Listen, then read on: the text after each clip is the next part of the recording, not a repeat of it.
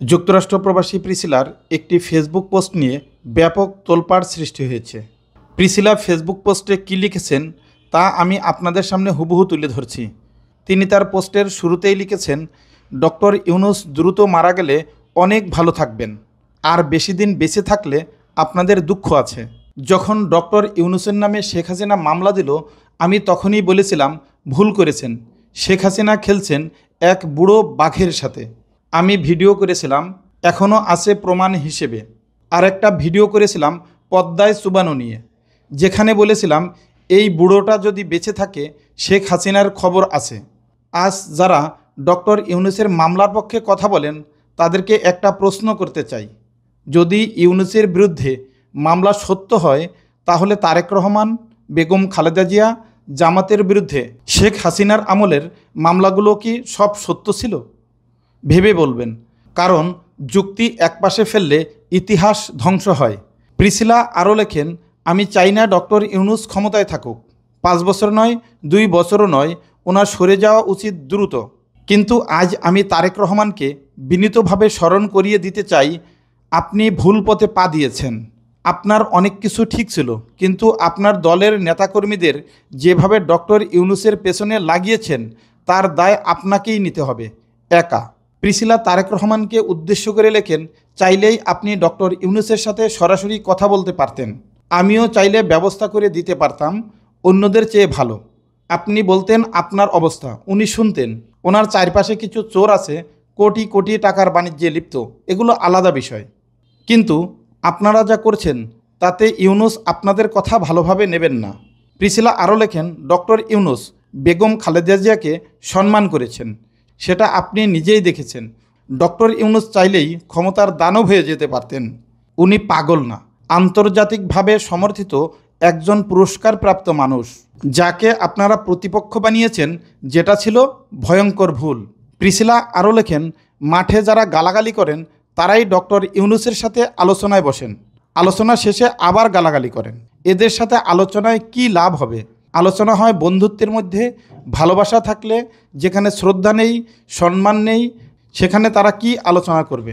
Priscilla আরও লেখেন, আরেকটা বিষয় পরিষ্কার করে বলি, ইউনূস এখনও আসল খেলায় নামেননি। তিনি চিল্লিয়ে খেলেন না, এটা ওনার টেস্ট ম্যাচ। উনি বেঁচে থাকলে আপনাদের চলার পথটা সাকিব খানের বরবাদ সিনেমার মতো করে দেবেন। ক্ষমতায় গিয়েই টের পাবেন না, যখন টের পাবেন তখন অনেক দেরি হয়ে যাবে। আজ যদি আপনি আলোচনার টেবিলে না বসেন, কালকে হয়তো ওনার খেলা আপনাকে আউট করে দেবে না, তবে যাত্রা কঠিন ও ছোট করে দেবে। উনি নির্বাচন দেরিতে দিবেন বলেছেন, আপনার লোকজন বেফাস কথা বলছে, জনগণ শুনছে, এতে ইমেজের ক্ষতি হচ্ছে আপনাদের। প্রিসিলা বিএনপিকে প্রশ্ন করে লেখেন, আপনাদের নেতারা মন্ত্রী এমপি হয়ে কি করবে সেটা জনগণ জানে। আর আপনারা যে ভাষায় ডক্টর ইউনূসকে অসম্মান করছেন তাতে ওনার প্রতিক্রিয়া একেবারে নরম হবে এমনটা ভেবে বসবেন না। প্রিসিলা আরও লেখেন, সেনাবাহিনীর প্রধানও নিরাপদ নন, তার বিরুদ্ধেও অভিযোগ রয়েছে আন্তর্জাতিক মহলে। অবসরের পর তারও বিচার হতে পারে এবং ওনার কর্ম নোট করা হচ্ছে। ওনাকে কিসের ভরসায় আপনি বিশ্বাস করেন? প্রিসিলা আরও লেখেন, তাই বারবার বলছি, এই খেলায় শত্রু বানাতে থাকলে আপনাদের রাস্তা ছোট হয়ে আসবে, কঠিন হয়ে আসবে। প্রিসিলা আরও লেখেন, আপনাদের নেতাকর্মীরা হঠাৎ বাঘ হয়ে উঠেছেন, আবার কেউ কেউ হাস্যকর প্রতিযোগিতায় নেমেছেন কে কতটা অশ্রদ্ধা করতে পারে ডক্টর ইউনূসকে। কিন্তু জানেন কি, যাকে আপনি খেলনা ভেবেছেন তিনি হয়তো আপনার ইনিংসটাই ভয়ঙ্কর করে তুলবেন। এই দেশ এখন একটি নতুন পর্যায়ে প্রবেশ করেছে, যেখানে রাজনীতি শুধু মাঠে নয়, মানসিকতায় খেলতে হয়।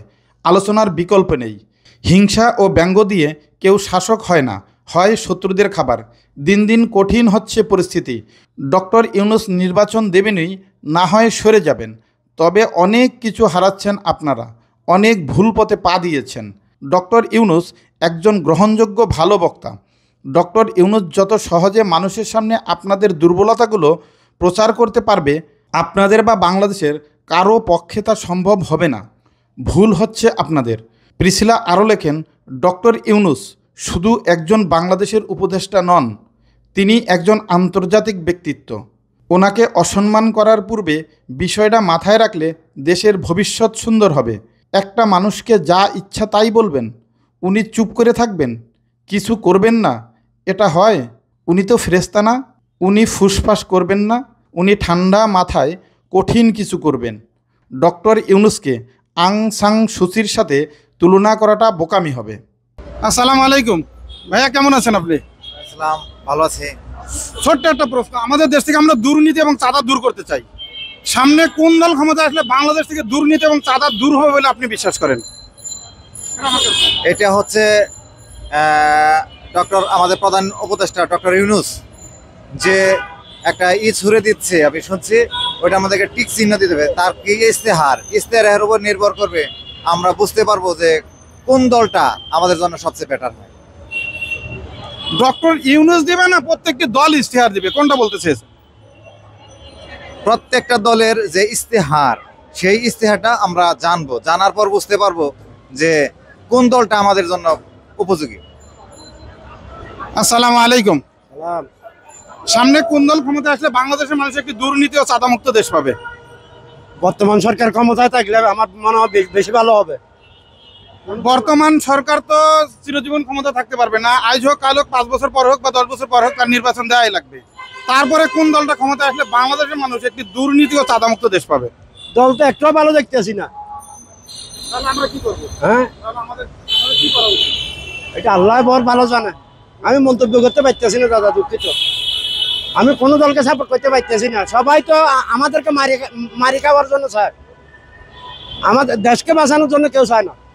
আপনি তো বিএনপিও দেখছেন, আওয়ামী লীগও দেখছেন, জাতীয় পার্টিও দেখছেন, এখন ইসলামিক দলগুলো তো এককভাবে ক্ষমতায় আসে না, এটা তো দেখেন নাই। তাহলে এখন আপনি ডিসিশন নেন যে কোনটা আসলে আমাদের জন্য ভালো হবে। এটা আমি মন্তব্য করতে পারতেছি না। নিরাপত্তার জন্য। হ্যাঁ, নিরাপত্তা। আসসালামু আলাইকুম বড় ভাই, আপনি কেমন আছেন? ভালো আছে, আপনি ভালো আছেন?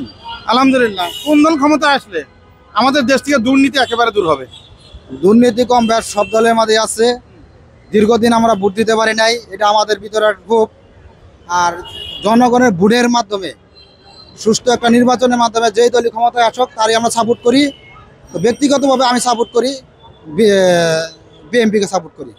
আচ্ছা, বিএনপিকে যেহেতু সাপোর্ট করেন, বিএনপির দুইটা ভালো দিক বলেন, যে ভালো দিকগুলো দেখে মানুষ বিএনপি করবে। ভালো সবারই আছে, মন্দ সবারই আছে, কারণ বিভিন্ন দল বিভিন্ন সময় ক্ষমতায় আসছে, সবাই ভালোই করছে, সবাই মন্দ করছে, কেউ বেশি কেউ কম।